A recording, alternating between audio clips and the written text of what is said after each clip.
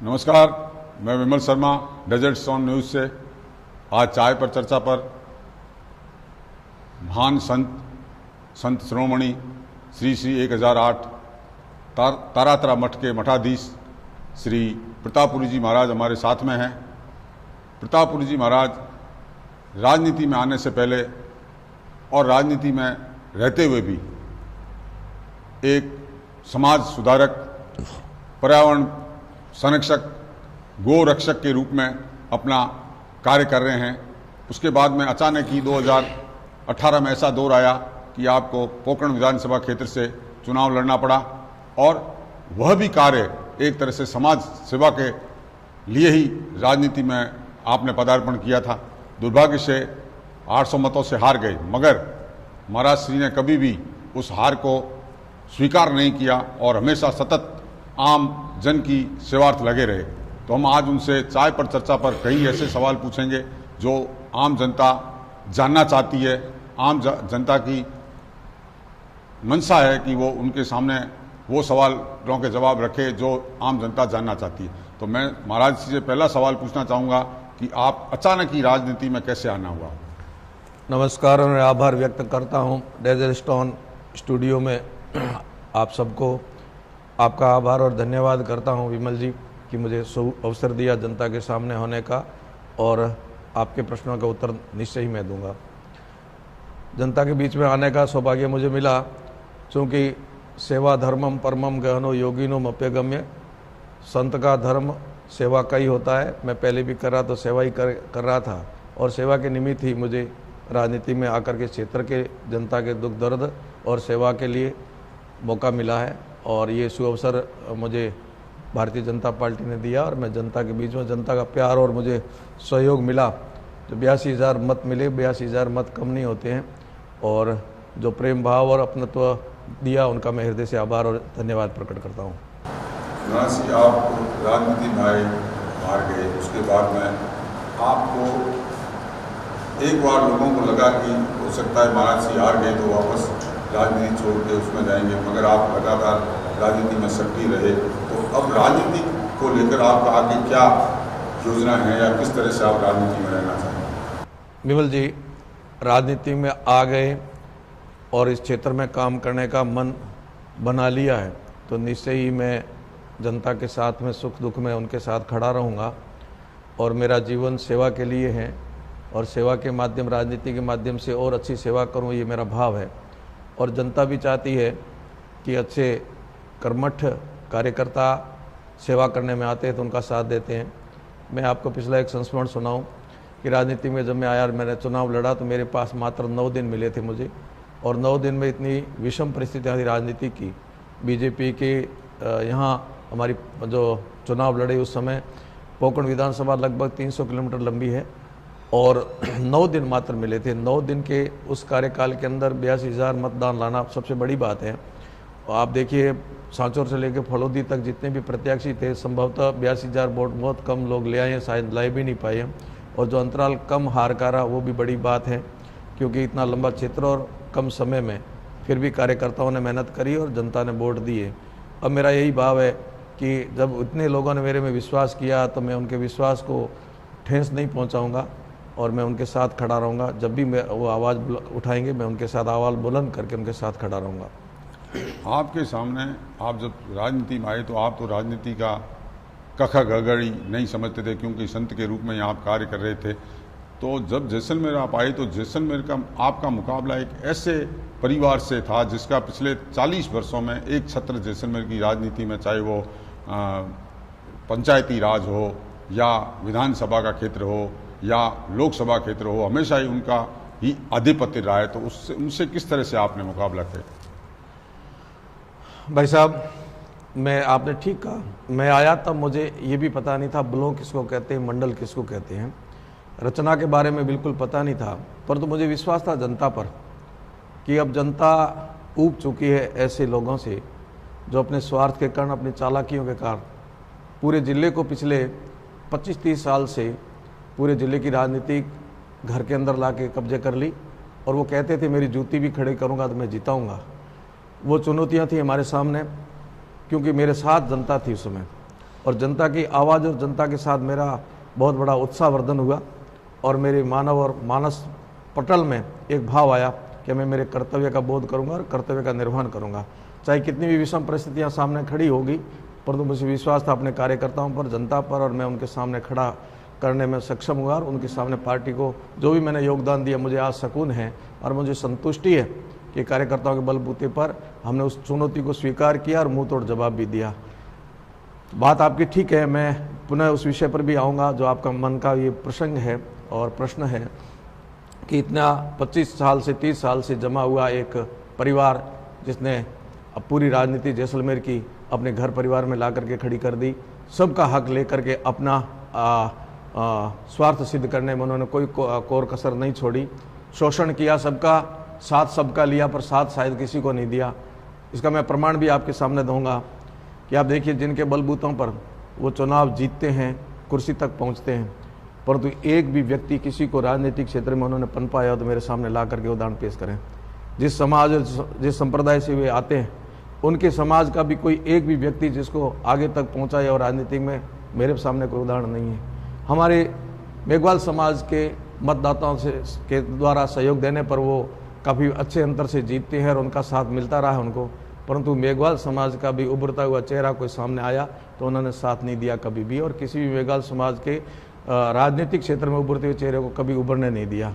इसका एक ज्वलंत उदाहरण मैं आपको दूं, अभी पंचायती राज चुनाव हुए, पंचायती राज चुनाव के अंदर कांग्रेस सिंबल पर, क्योंकि हमारे आदरणीय रूपाराम जी एमएलए साहब भी कांग्रेस से हैं और वो भी कांग्रेस से हैं, दोनों ने कांग्रेस सिंबल पर खड़े किए, तो रूपाराम जी ने उनके सामने कहीं भी अपना कोई प्रत्याशी निर्दलीय नहीं खड़ा किया, और जबकि रूपाराम जी ने जहाँ कांग्रेस की सिंबल दे करके खड़े किए वहाँ उन्होंने सब जगह निर्दलीय खड़े किए। निर्दलीय वो नहीं खड़े किए, खुद के परिवार के ही खड़े कर दिए, ना तो वो किसी पार्टी के हैं, ना किसी परिवार के हैं, ना किसी समाज के हैं, केवल लगता ऐसा है कि वो केवल अपने लिए राजनीति कर रहे हैं, अपने लिए सोच रहे हैं। ये दुर्भाग्य है कि अब भी लोग नहीं समझ पाएंगे तो बहुत ही विषम परिस्थितियां हैं, और मुझे अब लग रहा है कि जनता भी जग चुकी है, समाज भी जग चुका है कि अब वो अपने अधिक स्वार्थ सिद्ध नहीं कर पाएंगे। जिस तरह से पिछले 30 साल 35 साल में एक परिवार की सत्ता रही, अपन देखें तो 20 वर्ष से तो लगातार पंचायती राज में पिछले उनका एक छत्र राज रहा है, और इस दरमियान बहुत बड़े बड़े घोटाले, भ्रष्टाचार हुए हैं और निजी लाभ उठाए हैं। तो आपकी सरकार आती तो कहीं इस क्षेत्र में कोई जांच करवा के या इन लोगों के खिलाफ कार्रवाई करने की मंशा रहेगी? बिल्कुल निश्चय ही रहेगी, और बड़े मनोबल के साथ में मैं आपके सामने कह सकता हूं कि सत्ता आएगी और समय में आएगा तब सब कुछ करके दिखाएंगे। जो घोटाले भ्रष्टाचार हुआ है वो सब उगलेंगे। आप उदाहरण देखो यूपी का, जैसे योगी जी आए, योगी जी के पास सत्ता आई तो पिछले कई सालों का जो खाया हुआ था सब निकलवा दिया। मुझे दुख और पीड़ा के साथ कहना पड़ रहा है, शायद मेरी बातें कहीं को कटु भी लगें, कि जैसलमेर की पावन धरा, पवित्र धरा और धार्मिक धरा, एकदम स्वच्छ लोग मन के यहाँ अधिकांश लोग रहते हैं, पवित्र भाव है इनका, यहाँ की संस्कृति और मिलनसार व्यवहार बहुत अच्छा है। जैसलमेर में आकर के लोगों को सुकून मिलता है, पर तो मैंने अंदर जा कर के देखा तो यूँ गायों के नाम पर भयंकर घोटाला होता है।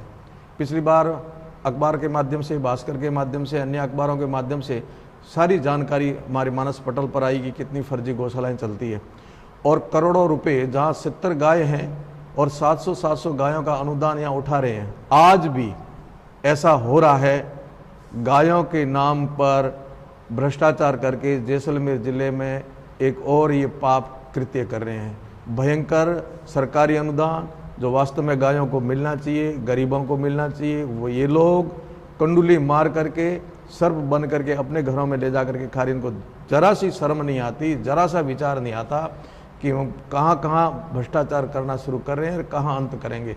गायों का नहीं छोड़ते, गरीबों का नहीं छोड़ते, यहाँ तक कि नरेगा का जो काम चलता है विमल जी, वहाँ भी मैंने सुना है कि यदि कोई तगारी मिट्टी डालने वाला है तो उनसे भी ये कमीशन खाने की मंशा रखते हैं। गरीब से लेकर के गाय तक केवल डकारने की जो नीति रखते हैं। काय की सेवा है बताओ आप, कितना भ्रष्टाचार। तुलनात्मक अध्ययन किया जाए तो जैसलमेर जिले में इनके माध्यम से सबसे अधिक भ्रष्टाचार, और घर भरो एक योजना चलती है, और हम सब दुखी हैं कि अभी जैसलमेर की जनता धीरे धीरे सचेत हो रही है कि वास्तव में कितने बड़े बड़े घोटाले, यदि घोटालों की लिस्ट खोली जाएगी और घोटालों की लिस्ट वास्तव में खुलेगी तो जैसलमेर के जो करने वाले चंद परिवार हैं जो इतना भयंकर भ्रष्टाचार है, सबसे टॉप में भ्रष्टाचारी होंगे। महाराज जी, एक इस परिप्रेक्ष्य से हटके सवाल है, आज जो देश की राजनीति है, राज्य की राजनीति है, जिसमें ये अवधारणा बन चुकी है कि जो गृहस्थ जीवन में नहीं है या गृहस्थ प्राणी नहीं है, संत है, उनको राष्ट्र और राज्य के मुखिया के रूप में देखना चाहते हैं, उसका उदाहरण है कहीं। और आपका भी लोगों के मन में ये भावना है कि आपको भी राज्य के मुखिया के रूप में या बहुत बड़े पद पे आपको देखा जाए, तो उस संबंध में आपका क्या राय है? मान्यवर जी, हमारे एक युग पुरुष आए इस शताब्दी के अंदर, मोदी जी आए, और मोदी जी से पहले एक अलग राजनीतिक लोगों का अवधारणा बनी हुई थी कि राजनीतिक जो क्षेत्र है वो सेवा और त्याग का ही है। देश को आज़ाद कराया तब जितने भी हमारे नायक थे वो सब के सब त्यागी और सेवा भावी थे। डॉक्टर राजेंद्र प्रसाद, लाल बहादुर शास्त्री, पटेल जी, अन्य जिनके नाम लो आप, सब के सब त्याग और सेवा के लिए राजनीति में आए और दिन रात केवल राष्ट्र और समाज की चिंतन करते थे। वो अपना परिवार या अपने समाज की कभी चिंता नहीं की।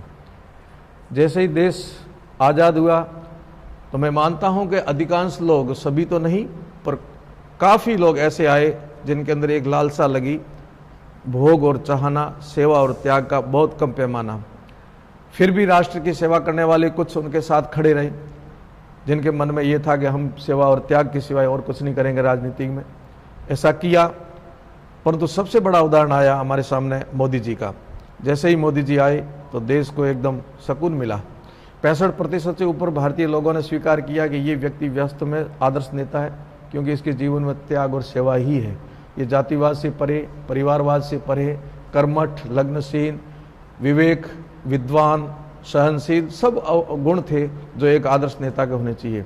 इसी कड़ी में यूपी में परमादरणीय श्रद्धेय योगी जी महाराज आए, और योगी जी महाराज के आने के बाद में एक नया चिंतन बना।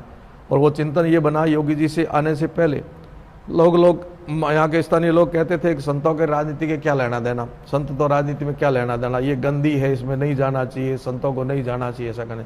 योगी जी के आने के बाद एकदम लोगों को उत्साहवर्धन हुआ और लोगों के अंदर एक नई भावना और अवधारणा आई कि नहीं, योगी जी ने जो काम किया है ये राजनीति वास्तव में ऐसे संतों के ही काम की चीज़ है, क्योंकि इनके जीवन में त्याग ही त्याग है, सेवा ही सेवा है, चाहना तो कुछ है ही नहीं, ना इनका परिवार पालना, ना परिवार भरना है, ना जाति को पनपाना है। तब से जनता की एक अवधारणा बन गई है कि योगी जी जैसे संत ही आने चाहिए। तो मैं ऐसा मानता हूँ कि राजनीति में सेवा और त्याग का विषय है।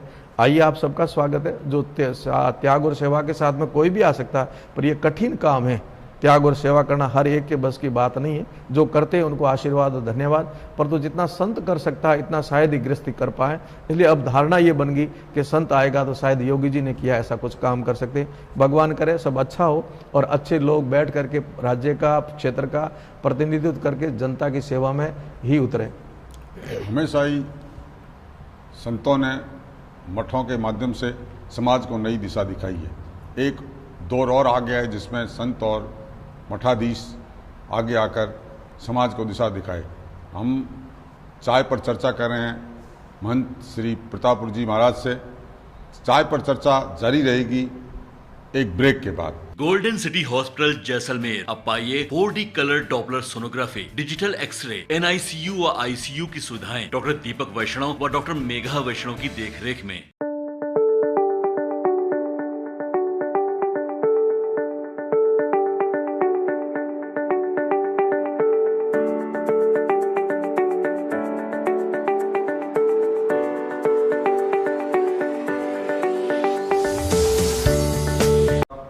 ब्रेक के बाद एक बार फिर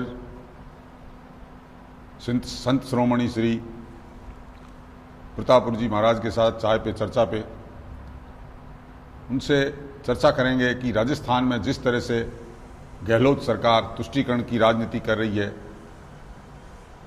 समय समय पर होने वाले धार्मिक आयोजन, हिंदुओं के होने वाले धार्मिक आयोजनों पर जिस तरह से वर्ग विशेष द्वारा पत्थरबाजी, छोरेबाजी, महिलाओं के साथ छेड़छाड़ जैसी घटनाएं हो रही है, उसके बाद में भी वर्ग विशेष को संरक्षण दिया जा रहा है, उस संबंध में आपकी क्या राय है?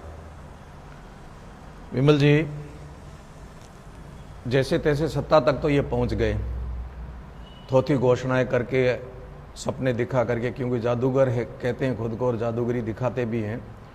सत्ता पर पहुंचने के बाद में धीरे धीरे इन्होंने अपना असली स्वरूप दिखाना शुरू किया, और वो असली स्वरूप ये था कि राजस्थान की जो शांत और सौहार्दपूर्ण जनता थी और बहुत अच्छा एक संदेश के साथ में राजस्थान खड़ा था, राजस्थान में कभी ऐसी घटनाएं नहीं घटी, वो इनके कार्यकाल में धीरे धीरे घटनी शुरू हुई।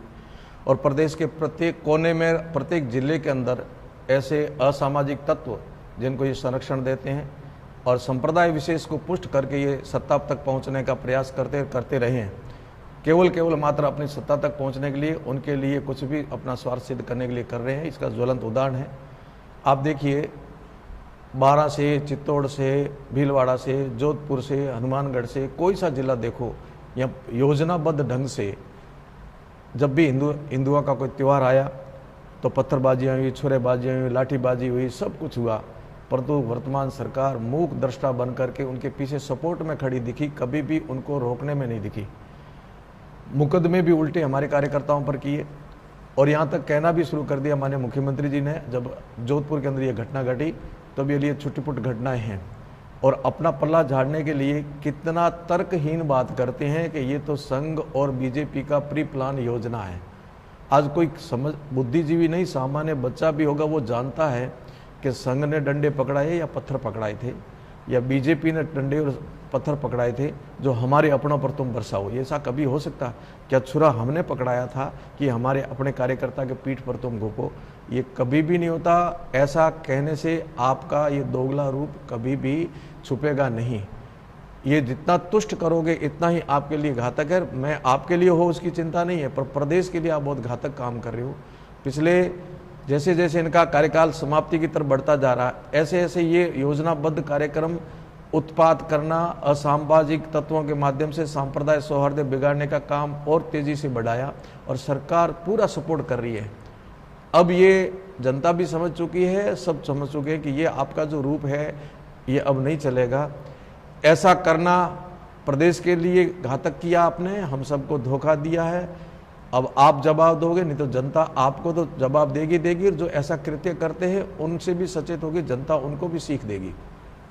राज्य में जिस तरह से इन दिनों माहौल है, राज्यसभा के चुनाव हैं, राज्यसभा चुनाव को लेकर जिस तरह से कांग्रेस ने बाहरी उम्मीदवार को लाकर यहाँ टिकट दी है, उसको लेकर न केवल विधायकों में, राज्य की जनता में भी आक्रोश है कि जब हमने विधायक चुने वोट देने के लिए तो बाहर के लोगों को लाकर जिस तरह से राज्यसभा में भेजा जाने की प्रक्रिया चल रही है, उसको लेकर क्या मानना है आप?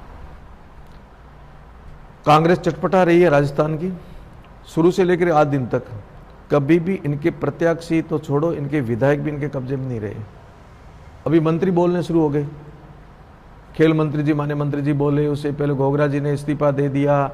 असंतुष्टि की लहर जनता में ही नहीं, इनके खुद के जो प्रत्याशी नहीं, इनके जो खुद साथी है उनके अंदर भी है, कोई संतुष्टि नहीं। उससे पूर्व देखो आप, कितना बड़ा बवाल हुआ था, अपने जैसलमेर में आके डेरा डाला।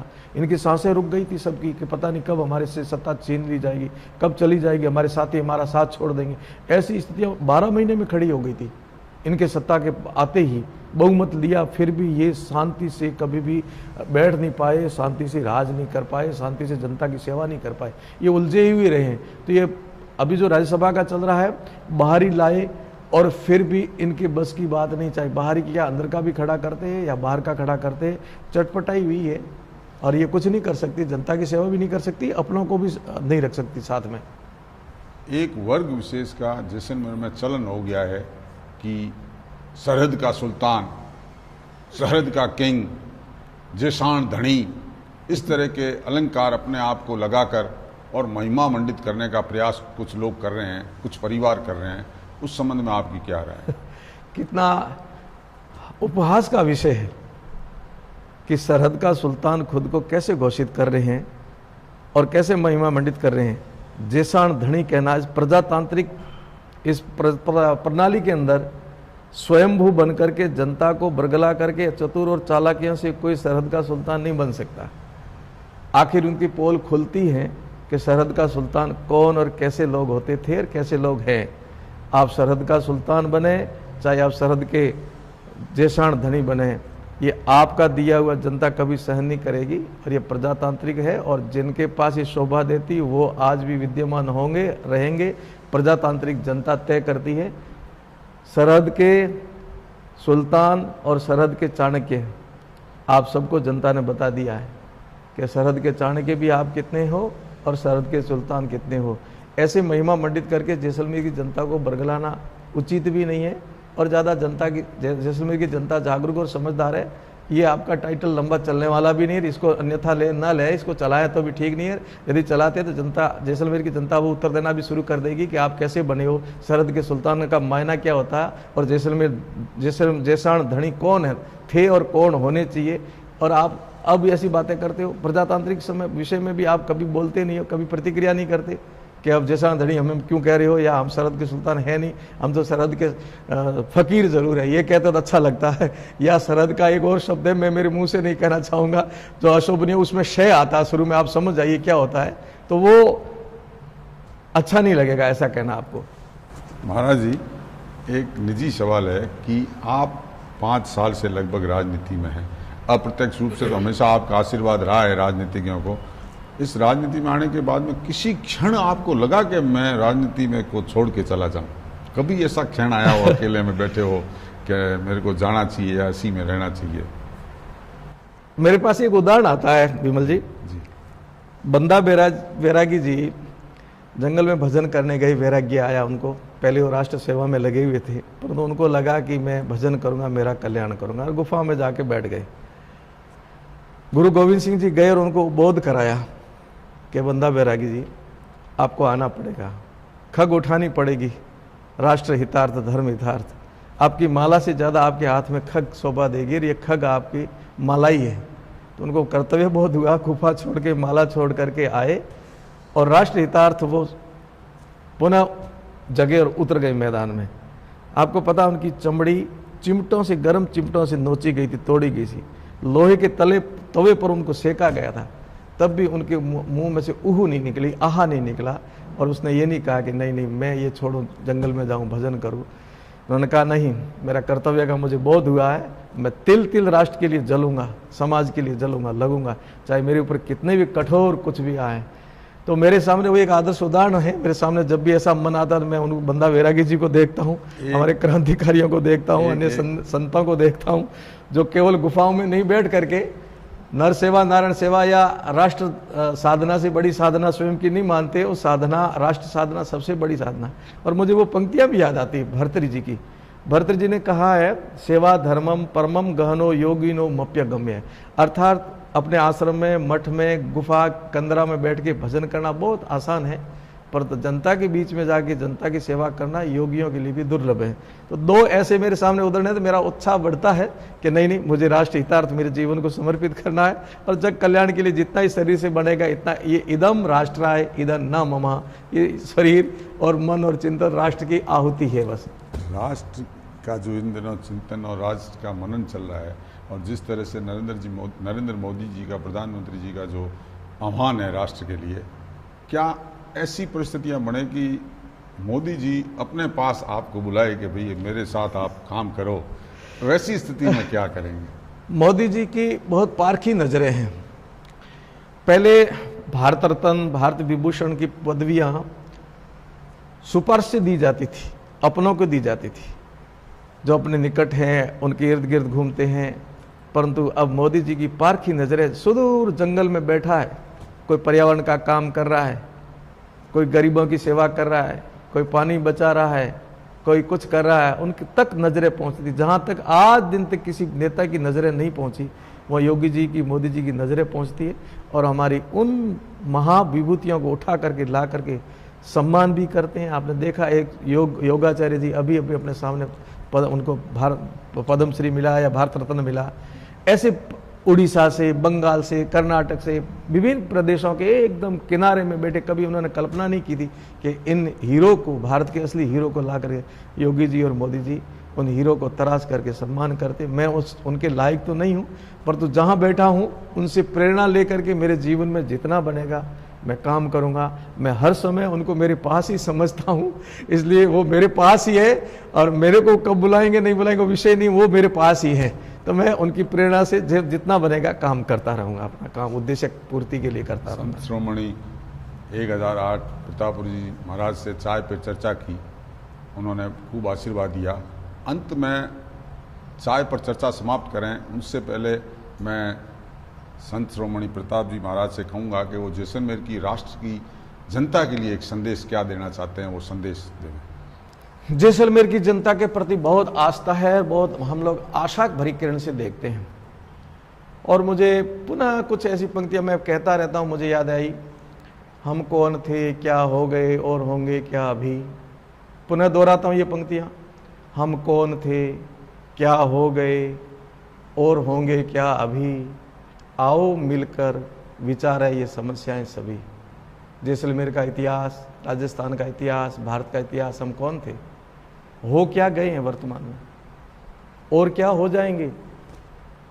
इन समस्याओं पर बैठ करके हम एक जगह बैठ करके चिंतन नहीं करेंगे तो हम जाने भविष्य क्या बनेगा।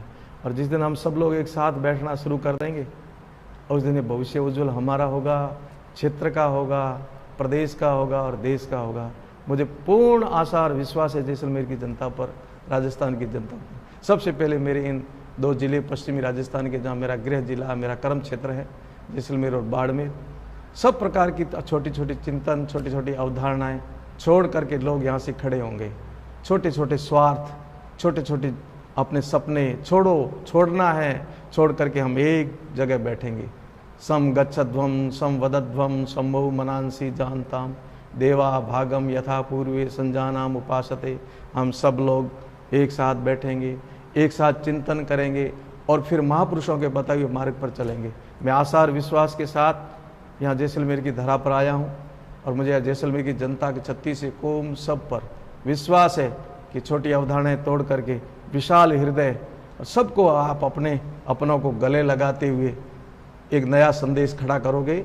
जो हमारी ख्याति और खाती पहचान है जैसलमेर की, राजस्थान की और राजपूताना की, वो पूर्ण विश्व को दोगे और एक नया संदेश देंगे कि हम वास्तव में हमारे पूर्वजों की दी वो धन और धरोहर को, संस्कारों को लेके बैठे हैं।